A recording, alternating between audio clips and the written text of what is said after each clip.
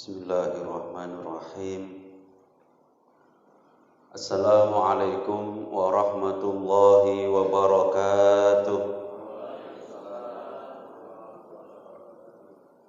Alhamdulillah, nahmaduhu wa nasta'inuhu wa nastaghfiruh wa na'udzu billahi min syururi anfusina wa min sayyiati a'malina. Man yahdihillahu fala mudilla lahu wa man yudlilhu fala hadiya lahu.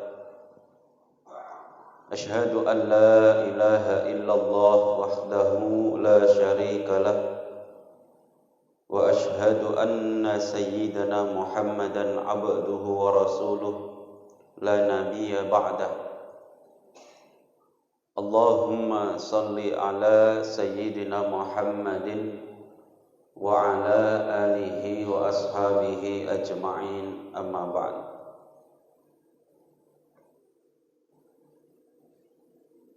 Pertama, marilah kita bersyukur kepada Allah Subhanahu wa ta'ala.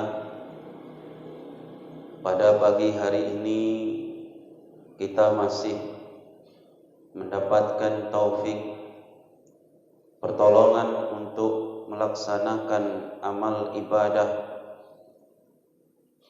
Pagi hari ini masih mendapatkan nikmat dari Allah Subhanahu wa ta'ala, bisa melaksanakan sholat subuh berjamaah dalam keadaan sehat walafiat. Salawat beriring salam semoga selalu terlimpah kepada baginda Muhammad sallallahu alaihi wasallam, yang sama-sama kita harapkan syafaatnya nanti di hari kiamat. Bapak Ibu yang dimuliakan Allah, sudah masuk pada bulan Sya'ban. Bulan apa Pak Bu? Bu, ngomong dewe-dewe. Bulan apa lagi? Bulan Sya'ban.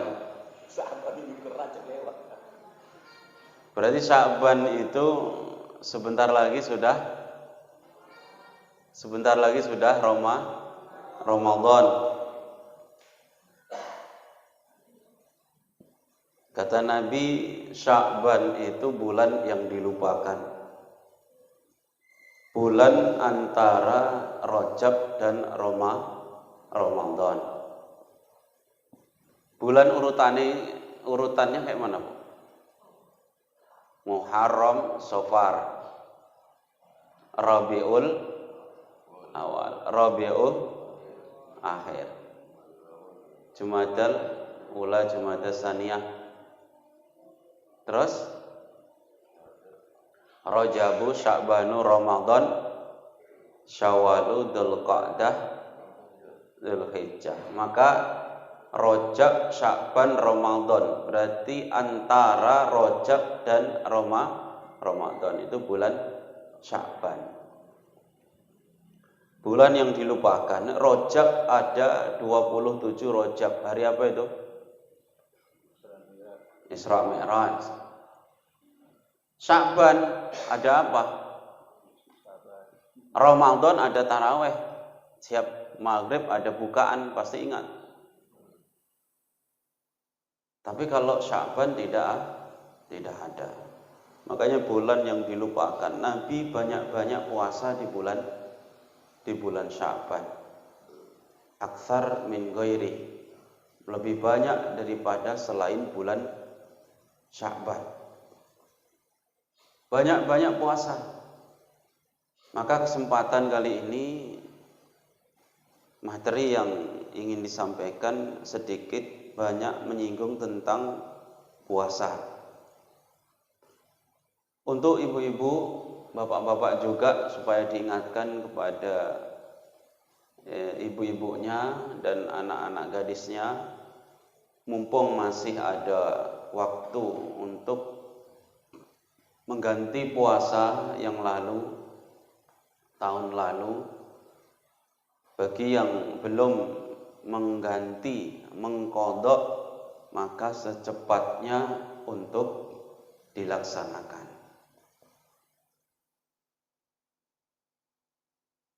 Biasanya 1 bulan untuk ibu-ibu itu ada 6 hari berhalangan. Maka secepatnya diganti, mumpung masih tanggal berapa ini Sya'ban ini? 10 Sya'ban. Masih banyak waktu. Kalau berat, secepatnya dilaksanakan dengan supaya ringan Senin dan Kamis. Insya Allah nanti 3 minggu selesai, 6 hari. Tapi kalau sudah mepet, sebaiknya cepat. Nah, bapak-bapaknya mengingatkan ibu-ibunya yang belum mengganti puasanya secepatnya diganti. Karena kalau nanti lewat, kita disuruh bayar apa? Bayar kafarah. Disuruh bayar denda karena sudah telat mengganti puasa. Diingatkan bapak-bapaknya ya, ibu-ibunya yang belum mengganti puasanya. Ustadz, kalau sakit, memang sakit, tidak sanggup lagi puasa.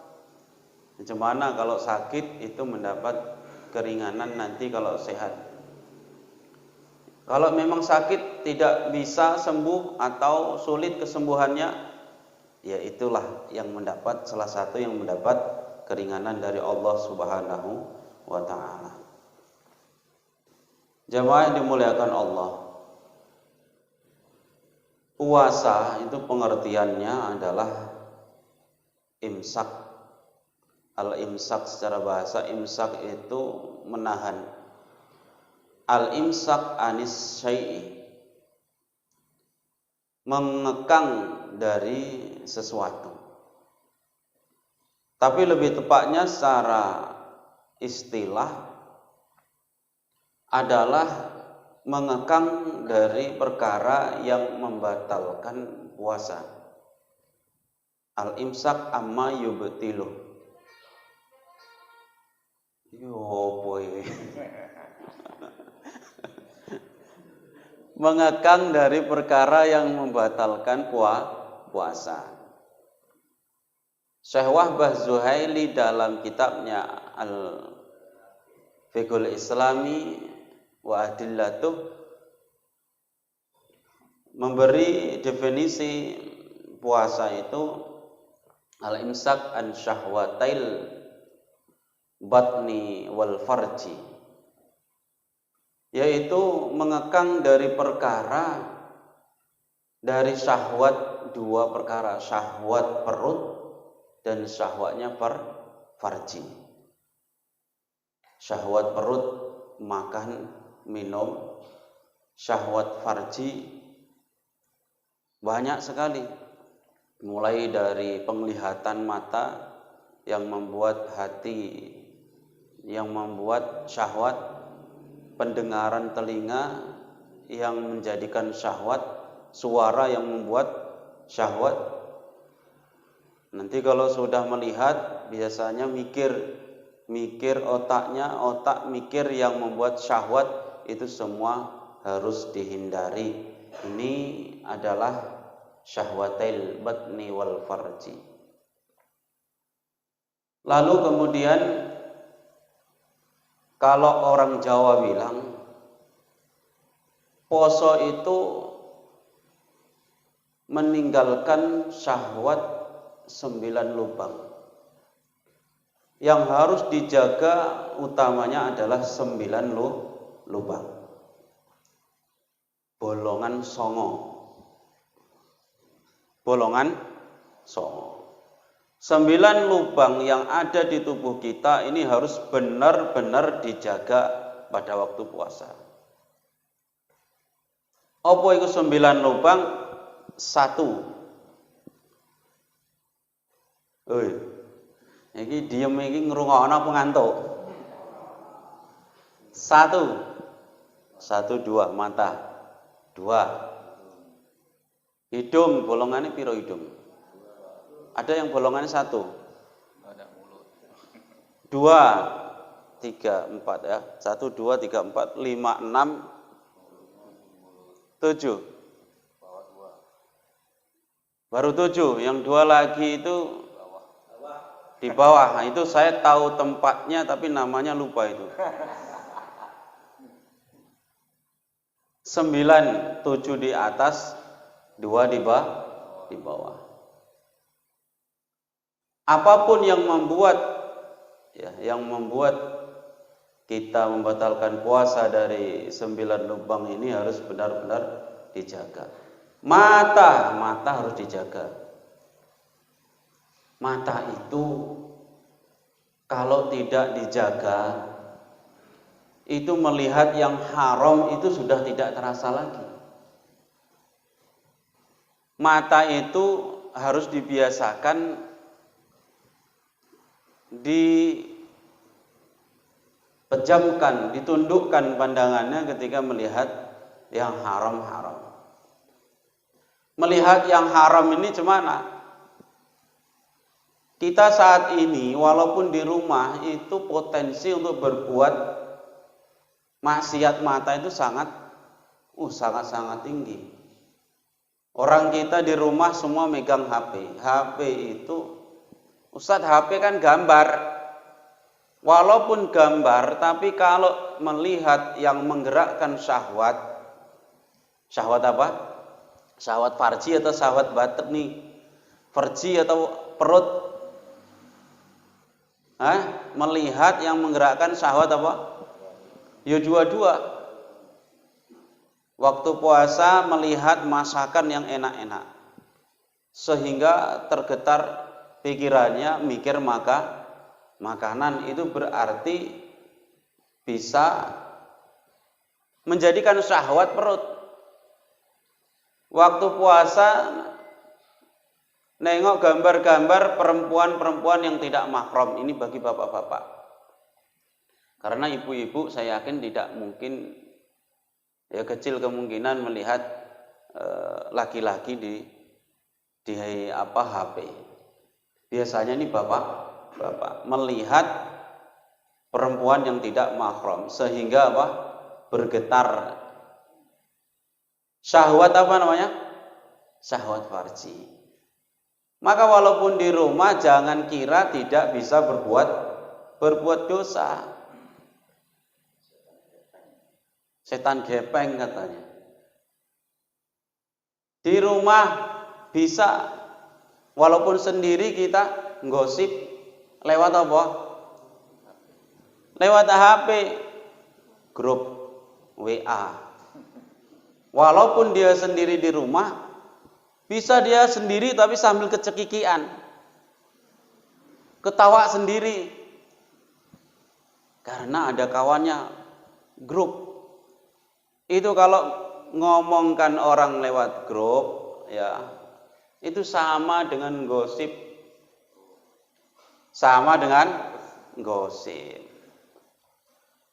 Al-qalam ahadul lisanain. Tulisan ini salah satu dari 2 lisan. Lisan mulut, lisan nutqi, al-qalam itu tulisan tangan. Ini adalah salah satu lisan. Jadi kita walaupun nulis di WA, walaupun lisannya diem, itu sama saja dengan menggosip. Syahwat apa itu namanya? Itu dosa apa? Dari mana? Nulis dosa apa? Tangan, tapi pikirannya juga bergerak, itu juga maksiat. Jangan dikira itu ndak dosa. Gosip ini dosanya hampir tidak bisa dimaafkan. Bapak Ibu, gosip dosanya hampir tidak bisa dimaafkan, ditaubati, hampir tidak bisa ditaubati itu dosanya gosip. Maka kalau ditanya dosanya lebih berat mana? Dosanya orang zina sama orang gosip, gibah. Lebih berat mana Pak Bu? Loh, berarti lebih enak zina. Kalau gitu ya wes lah zina wae. Ojo lah. Jangan nanti pilih-pilih yang lebih. Namanya dosa kayak manapun tetap dosa besar. Tapi zina ini dosanya lebih mudah untuk ditobati. Kita zina mata, zina hidung, zina tangan, itu semua bisa hilang dengan wudhu. Zina mata, zina mulut, zina. Tapi kalau gosip yang sudah menggunjing keburukan orang lain, itu sulit untuk ditobati dari mulut ini. Kalau kita berzina, menzinai orang lain, nauzubillah min dzalik, anak cucu kita, anak keturunan kita jangan sampai. Kalau kita bersungguh-sungguh taubat kepada Allah, maka pasti akan diampuni oleh Allah. Tapi dengan taubatan nasuha. Tapi kalau ini dosa menggunjing, kenapa sulit sekali ditaubati? Karena satu ucapan, kalau sudah sampai kepada orang lain dan disebarkan oleh orang lain lagi, disebarkan satu desa kerungu semua, dengar semua, gimana caranya kita menghapus dosa itu? Saya bilang ya, saya kasih tahu ya, tapi jangan bilang siapa. Jadi si fulan itu sebenarnya begini. Kemudian yang satu lagi ngomong sama yang lain, saya bilang, saya kasih tahu, tapi jangan kasih tahu siapa-siapa. Ini cuma kita berdua aja. Sudah, jangan kasih tahu siapa lagi. Udah kedua. Nanti bilang lagi, saya kasih tahu, tapi jangan bilang siapa-siapa. Satu kampung tidak bilang sama siapa. Lalu bagaimana cara bertaubat kalau sudah satu kampung sudah mengerti keburukan orang yang kita gosipkan tadi? Apa harus kita pakai speaker masjid? Bapak Ibu, sebenarnya si fulan tidak berbuat seperti ini. Saya salah, mohon maaf Bapak Ibu. Sudah terlanjur, ada orangnya yang sudah mudik lagi. Sudah pulang ke Jawa. Ternyata di Jawa entah pulang ke Aceh, di sana juga saya kasih tahu jangan bilang siapa, nyebar sampai sana juga. Apa enggak ngeri? Maka dosa ghibah itu dosa yang hampir tidak bisa ditobati. Ini biasanya ghibah ini pekerjaan bapak-bapak. Iya kan, Pak? Bapak-bapak atau ibu-ibu? Oh. Bapak-bapak enggak terima. Bapak matanya. Bapak-bapak atau ibu-ibu? Ya Allah ya Karim. Makanya yang megang HP itu hati-hati, yang bergrup-grup hati-hati. Salah satu ghibah itu juga dinamakan ghibah, itu nyebarkan berita bohong alias apa? Hoax. Apalagi berita ini tentang seseorang. Maka saya hati-hati, ya Allah, jangan sampai kita ini ngomongkan kejelekan orang lain walaupun di grup. Cari dulu, tabayun dulu. Kalau datang kabar yang belum jelas, itu cari dulu kebenarannya. Kita sebarkan, lalu ada yang sakit hati. Siapa yang dosa? Kita. Asal dapat informasi entah belum tahu kebenarannya, akurat apa tidak. Yang pasti ada informasi langsung disebarkan ke grup lain. Kita tidak tahu orang yang ada di grup, anggota dari grup itu juga menyebarkan ke grupnya yang lain. Sudah menyebar kemana-mana. Lalu cepat-cepat dihapus, tapi sudah disebarkan lagi ke tempat yang lain. Hampir tidak bisa ditobati. Hati-hati. Gibah sekarang tidak hanya ibu-ibu saja. Justru ibu-ibu kalah sekarang. Kalah ibu-ibu sudah sibuk ngurusi dapur, ngurusi anak, sudah sibuk, nggak sempat bapaknya apalagi waktu di rumah nggak boleh keluar kemana-mana, apalagi yang dipegang kalau bukan setan gepeng. Ngomong sendiri di HP. Puasa dari 9 lubang. Mata dijaga, telinga dijaga dari yang mendengarkan yang haram-haram. Atau tidak haram, tapi ikhtilaful ulama bainal haram wal halal. Contohnya apa? Musik, ana sing ngarani haram, ana sing ngarani mubah. Musik ini kalau terlalu banyak didengarkan itu juga tidak bagus. Bahkan dalam kitab Sulam Taufik dikatakan, barang siapa kok sering mendengarkan musik di dunia, alatul lahwi fid dunya, alat-alat lelahan, alat-alat permainan di dunia sudah kebak, sudah penuh telinganya dengan suara-suara musik didengarkan, maka nanti di akhirat tidak bisa mendengarkan qori jannah. Qori di surga nanti ada. Yang membaca Al-Quran di surga nanti ada. Salah satunya adalah Yusuf, salah satunya adalah Nabi Muhammad SAW. Kalau di dunia sudah banyak mendengarkan musik, tidak bisa nanti di sana. Ustadz, sekarang mana mungkin menghindari musik? Yang pasti kita harus berusaha untuk menghindari, meminimalisir telinga supaya tidak terlalu banyak mendengarkan yang tidak perlu. Kalaupun tak bisa, yang pasti kita sudah berusaha. Mulut, dosa mulut dijaga, telinga dosanya dijaga. Mata apalagi, tangan. Di dalam kitab Sulam Taufik itu dijelaskan, semua anggota badan ini berpotensi untuk berbuat dosa. Maka ada bab khusus dikatakan min ma'asil yadain, termasuk dari dosa-dosa tangan, kedua tangan, min ma'asil ain, termasuk dari dosa-dosa mata,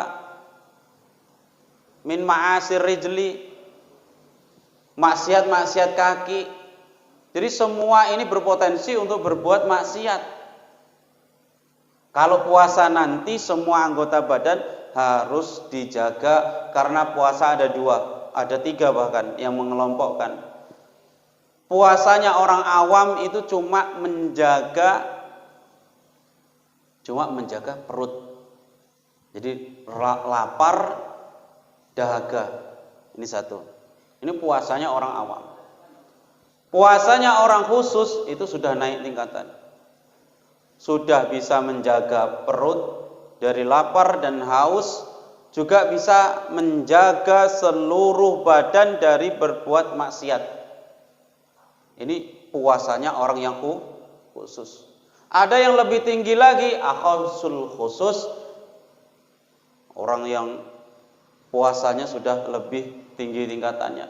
Bisa menjaga seluruh badan dari berbuat maksiat, bisa menjaga hati dari berbuat maksiat, perut dari lapar dan dahaga, kemudian bisa menjaga seluruh badan untuk tidak berbuat maksiat, dan menjaga hatinya sampai tidak lupa kepada Allah Subhanahu wa ta'ala. Ini puasa yang tingkat paling tinggi, puasanya para nabi, puasanya para orang-orang yang dekat dengan Allah Subhanahu wa ta'ala.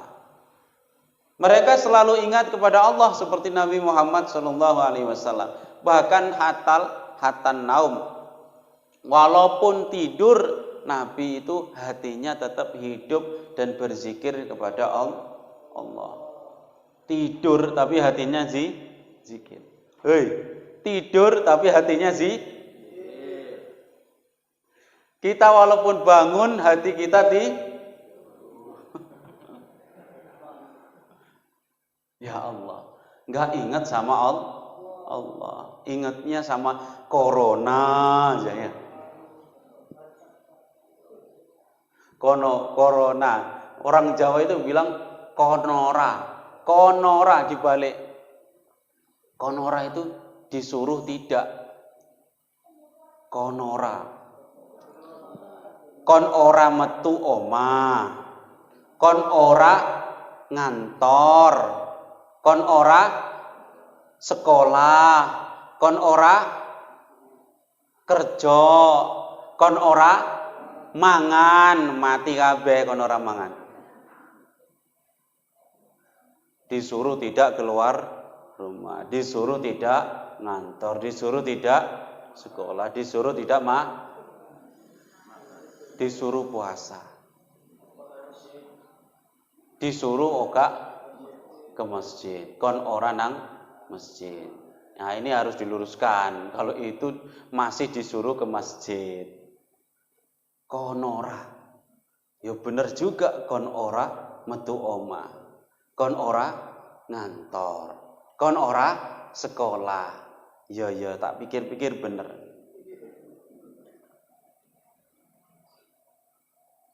Jamaah yang dimuliakan Allah, syarat-syarat wajib puasa ini masuk bab enggak siap-siap kok. Orang puasa itu syaratnya syarat wajib ya. Artinya syarat wajib itu orang diwajibkan puasa kalau sudah memenuhi syarat-syarat ini. Artinya nanti kalau 3 ini tidak ada pada seorang muslim, maka tidak wajib puasa. Yang pertama adalah Islam. Yang pertama adalah berarti orang selain Islam tidak disuruh puasa Ramadan. Maka ayatnya ya ayyuhalladzina amanu kutiba alaikumus siyam kama kutiba alal ladzina min qablikum la'allakum. Ayatnya pertama apa? Ya ayyuhalladzina amanu. Hai orang-orang yang beriman itu Islam apa ora? Hai orang-orang yang beriman. Dia orang-orang yang beriman. Yang pertama Islam. Islam puasa. Berarti kalau Islam wajib puasa. Selain Islam tidak diwajibkan ikut puasa. Nah, tapi kalau ikut puasa ya boleh. Cuman ya tidak sah. Syaratnya tidak dipenuhi. Yang kedua adalah balik. Balik itu artinya sudah kalau laki-laki itu sudah ihtilam, sudah pernah mimpi basah. Kalau perempuan sudah haid. Jangan sunat. Kamu sudah sunat kok belum puasa. Ukuran balik itu bukan sunat. Ukuran balik itu adalah mimpi basah bagi laki-laki dan perempuan adalah haid. Maka pernah Imam Syafi'i itu ngajar. Siapa? Imam Syafi'i itu waktu ngajar, beliau itu kan 8 tahun sudah hafal Quran. 8 tahun. Anak kita 8 tahun Iqra berapa? 8 tahun hafal Quran. 13 tahun itu sudah hafal Muwatta, kitab gurunya Imam Malik.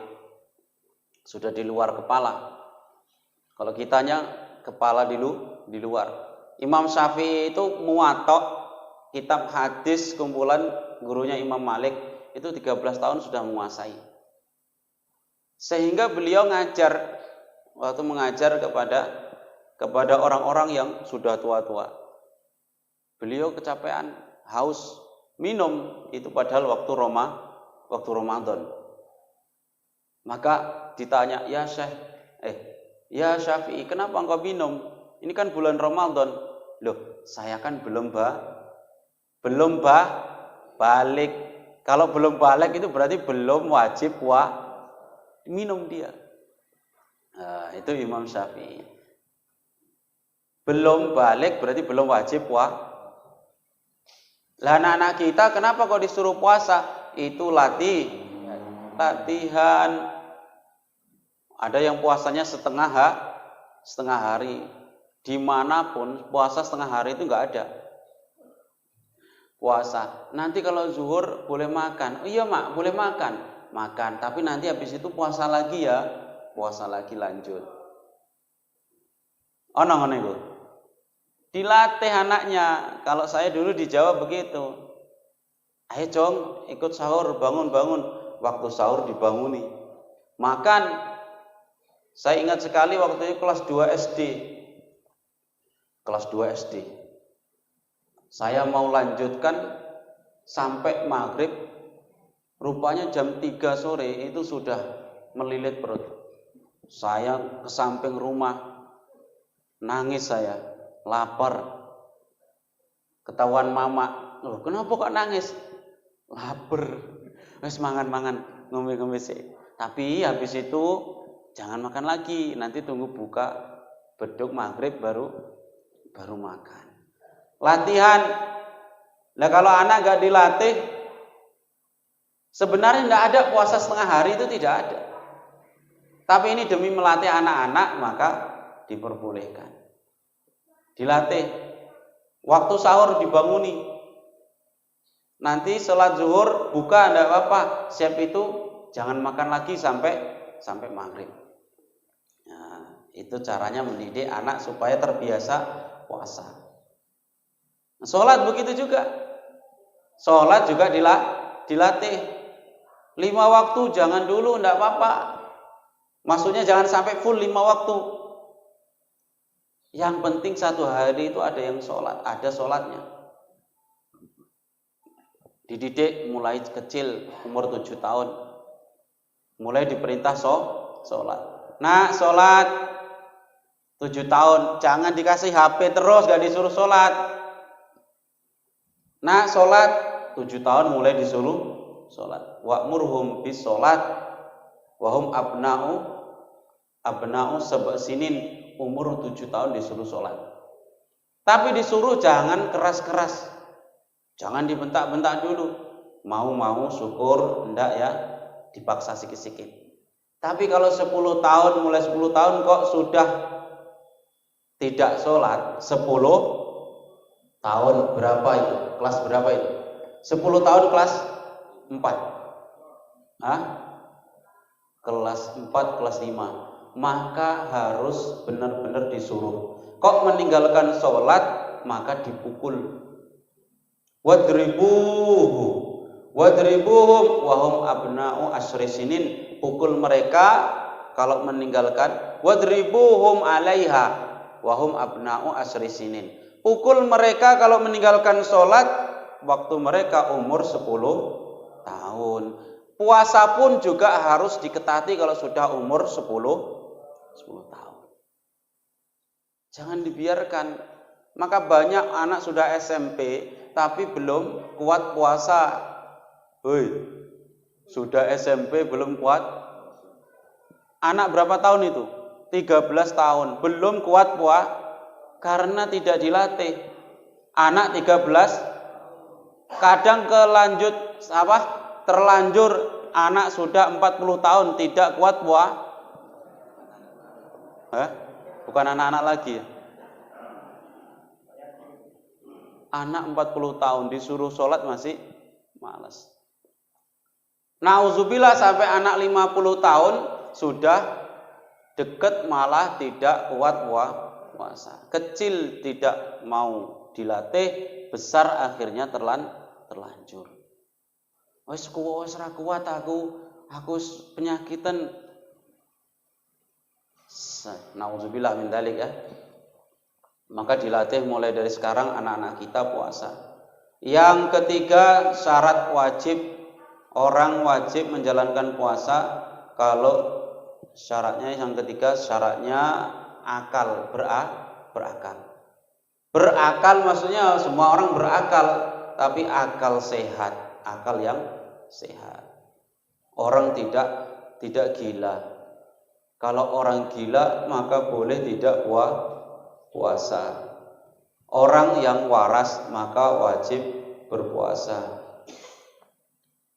Anak kecil kenapa tidak wajib puasa? Karena belum balik. Orang gila kenapa tidak puasa? Boleh karena tidak berakal sehat. Itu syarat wajib puasa. Jadi orang kok mengumpulkan 3 ini, Islam, balik dan berakal, maka sudah wajib menjalankan puasa.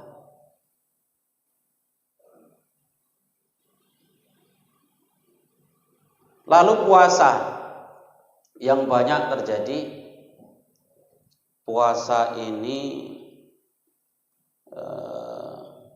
yang banyak terjadi itu ada saja kejadian-kejadian yang sebenarnya itu perlu untuk disampaikan hukumnya, tapi jarang yang bertanya karena kadang malu, karena kadang tidak tahu, sehingga batal puasanya pun tidak tahu.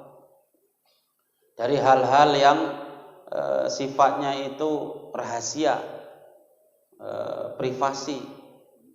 Contoh hal-hal yang membatalkan puasa. Ini kadang orang cenderung untuk menyimpannya sendiri, tidak mau bertanya. Kalau ditanyakan nanti ketahuan puasanya batal. Orang berpuasa itu harus benar-benar hati-hati, jangan sampai melakukan perkara yang membatalkan puasa. Contoh, kita kalau buang air di siang hari,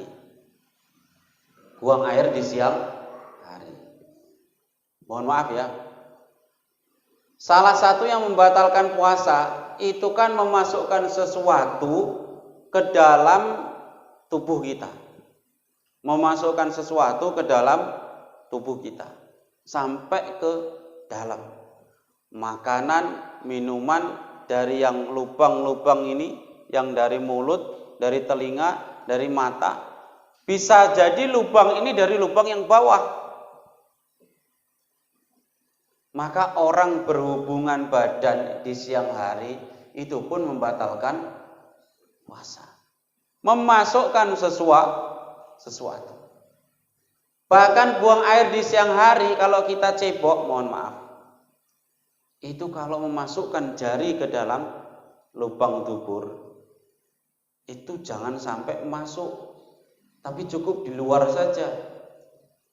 Nanti kok dimasukkan sampai ke lubang dubur, sampai kalau menurut pendapat ulama itu sudah masuk kategori bagian dalam dubur. Bagian dalam dubur itu mana? Kalau kita jongkok, kita mengejan, itu bagian yang nampak itu masih dihukumi bagian luar. Tapi kalau yang tidak nampak itu sudah dihukumi bagian dalam. Kalau kita cebok sehingga memasukkan jari ke dalam sampai bagian dalam, itu namanya sudah batal puasanya. Apalagi jari kita ini ada airnya. Itu sebenarnya hal-hal yang sepele, tapi dalam fikih itu selalu dibahas. Tidak tahu kadang kita berkumur-kumur waktu sholat, waktu puasa. Apakah boleh? Boleh ya boleh saja. Kumur-kumur waktu wudhu, apakah membatalkan puasa? Ya enggak. Tapi kumur-kumur yang bisa membatalkan puasa itu kalau kumur-kumurnya itu mubalaghah. Mubalaghah itu agak lebay. Kumur sampai bunyi masuk ke dalam walaupun sedikit, itu bisa membatalkan. Tapi kalau kumur-kumur cuma kumur-kumur, masukkan air, dikeluarkan lagi, itu tidak sampai membatalkan puasa, dan ulama ada yang bilang boleh kumur-kumur. Ada lagi hal-hal yang nantinya bisa membatalkan puasa, tapi mungkin belum saya sebutkan, banyak lagi, nanti bisa melalui sesi tanya jawab. Ayo kita bahas di sini supaya semua jamaah tahu, mana tahu ini bisa menjadi ilmu untuk kita semua, bahwa kejadian itu juga dialami oleh jamaah yang ada di sini. Apakah ini membatalkan puasa atau tidak? Bagaimana cara puasa yang benar? Nanti dibahas dalam sesi tanya jawab. Dan semoga yang disampaikan walaupun sedikit ini, tapi tidak sampai semua kita bahas bab puasa, karena bab puasa ini sampai berapa bab, banyak sekali. Kalau disampaikan sekali saja tidak cukup. Maka kita akhiri pertemuan pagi hari ini, tapi sebelumnya nanti mungkin ada tanya jawab yang akan kita bahas bersama-sama. Demikian yang bisa kami sampaikan, lebih kurangnya kami mohon maaf. Wabillahi taufiq wal hidayah wa ridha wal inayah. Assalamualaikum warahmatullahi wabarakatuh.